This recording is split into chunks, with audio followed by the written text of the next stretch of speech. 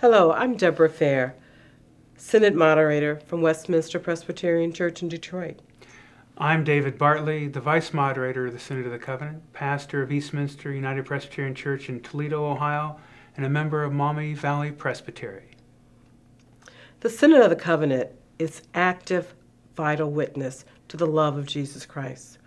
What we have to share with you in this film is evidence of that witness, which you make possible. All of us throughout the Synod have, in some way, contributed to the ministries that you're going to hear about. Our Synod has a long history of serving the church and society. For decades, the Synod of the Covenant has been known for its support of congregational growth and transformation, campus ministries and higher education, racial ethnic concerns, women's issues, health ministries, peacemaking, and more. Through the Synod, we are able to serve presbyteries, congregations, and individuals, doing the things we could not do separately. We can do so much when we bring our time, money, hearts, and prayers together. Everything you mentioned, David, continues in the work of the Synod, the same concerns and issues. But we are working in new ways and making new connections now. We have a lot to show you. We've interviewed some of the recipients of Synod support, and we need to tell their stories.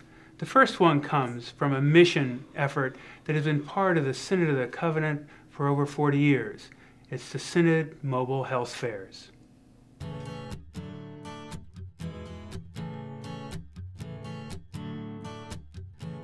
My name is Tammy Sherman, and I'm the coordinator of the Mobile Health Fair Ministry.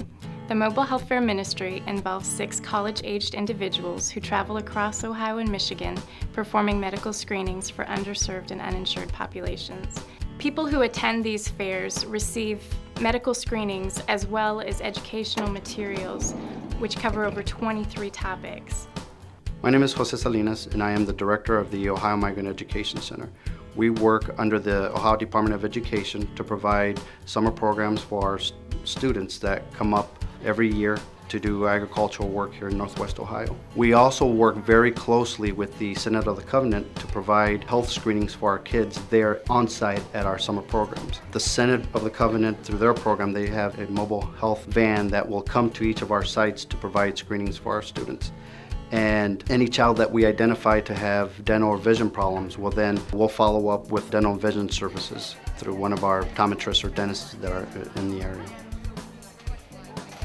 There are others in our congregations and communities who also need our attention. The Synod has a number of covenant relationships that demonstrate our commitment to mission, that reach out to the disadvantaged.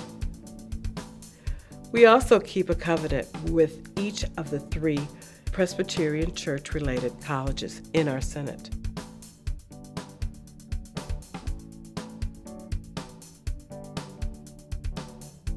I'm Robert Lear, and I'm from Cincinnati, Ohio, and I'm a junior at Ohio University, and I am a recipient of the Racial Ethnic Scholarship offered by the Synod. And this scholarship has helped me a lot because I use it to buy books, and every little bit helps when you're paying for college tuition and books and all sorts of college expenses. Much of the Synod mission, not surprisingly, is focused on congregations, helping congregations remain vital, providing resources for clergy, lay leaders, and enabling the missions congregations have called us to. In partnership with presbyteries and General Assembly, we are providing significant financial support through church development and transformation grants.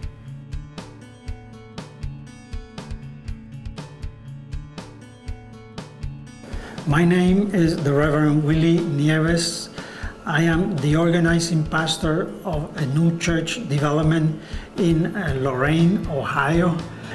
The Synod's funds our activities, and it's quite a big aid towards our expenses. And we are really grateful for all the aid that they provide for us. My name is John Sterner, and I'm pastor of the First Presbyterian Church in Albion, Michigan. I've been there now for about 5.5 years. Without the grant, my position would have been that of a part-time person. A small church has those difficulties trying to stay functioning. The grant gave us time to study. It gave us opportunities to go to seminars and do the kind of work necessary to say, well, okay, what's out there that is working? One of the most exciting things the Synod is doing is giving grants for new missions.